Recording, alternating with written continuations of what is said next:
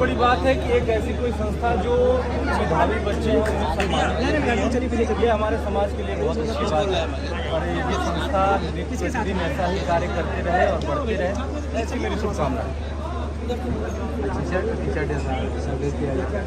Teachers day देखिए, शिक्षक जो जीवन में हमें कुछ भी सिखाए वो हमारे लिए शिक्षक है। और ऐसे डॉक्टर सर्वपल्ली राधाकृष्णन के जयंती के मौके पे हम मनाते हैं।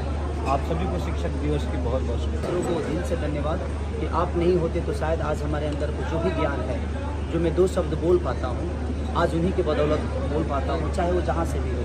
तो मैं हर उन गुरुओं को प्रणाम करता हूँ जिन्होंने मुझे 2 शब्द ही क्यों ना सिखाया। अभी भी हमने को पहले लड़का रही साथ लड़कन के संबोधित कर दिया, लेकिन तब वो करिया स्वामी के ये चाहे जो हमनी के जगह भी हो खड़ा हो जाए। थोड़ा सा आ जाओ बेटा।